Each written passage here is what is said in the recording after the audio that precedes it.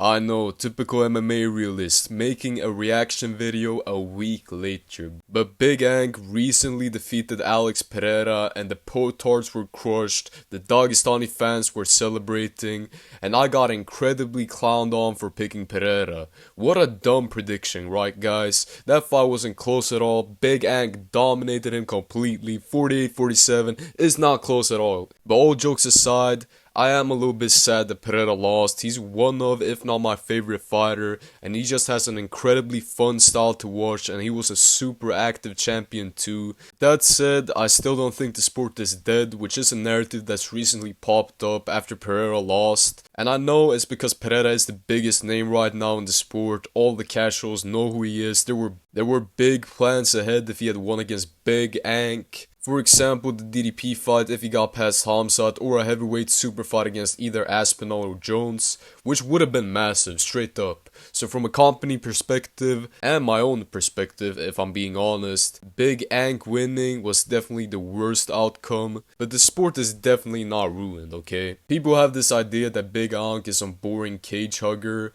but he actually has a pretty fun style. I mean, he has extremely good counterboxing, and he doesn't really even grapple too much, even though he did some cage hugging against Pereira in the 4th and 5th. But at least he didn't do that from the start, which is something I'm grateful for. And he usually doesn't resort to that kind of behavior in his fights either, which I honestly respect, man. I've said this before, but I respect fighters who have the ability to half guard camp, but don't do it. Because I personally think that's honestly what's killing off the entertainment aspect of the sport. And I know there are people who apparently enjoy watching that style, and it makes me wonder what else they like watching in their own free time. But to be fair, it is a part of the sport, so we just gotta suck it up, no Jones. But my point is, Big Ank doesn't fight like that. His fights are usually pretty fun. And the real death of the sport are guys like Bilal, okay? And we did gain something from Pereira losing, which is that the Jones versus Aspinall fight is much more likely to happen now, because we all know Jones wanted to duck and fight Pereira instead of Aspinall,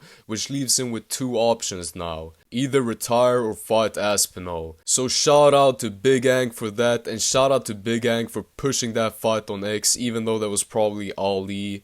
But let's talk about the fight itself. And first of all, I did not think Big Ank was just gonna be able to walk him down like that. Pereira did pretty good when it came to the leg kicks, but he just let Big Ank close that distance without any resistance. And there were two reasons for that in my opinion. It could have either been because he didn't find any openings, or he was scared of getting taken down. And speaking of the takedowns, Pereira stopped every single one, which was also very surprising because I did think Pereira was going to do decent when it came to the grappling, but not to that extent.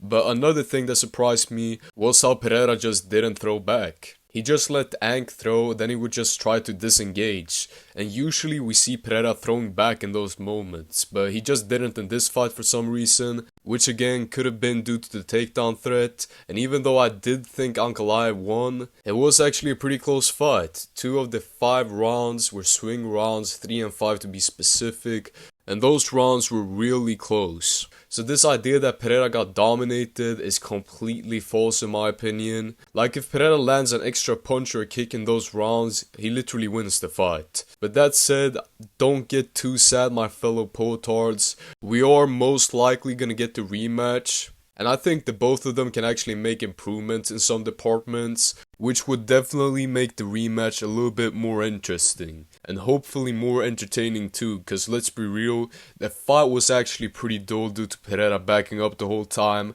and because Ank did some good old cage stalling in the 4th and the 5th. But that said, I think that's it for today guys. I recently made a video about Topuria versus lightweight division. Go check that one out. But anyways, thanks for watching. Leave a like, subscribe if you enjoyed the video. Am I just a stupid, biased potard? Let me know your thoughts in the comments, and also don't forget to share this video to another potard, and I'll see you all in the next one. Goodbye!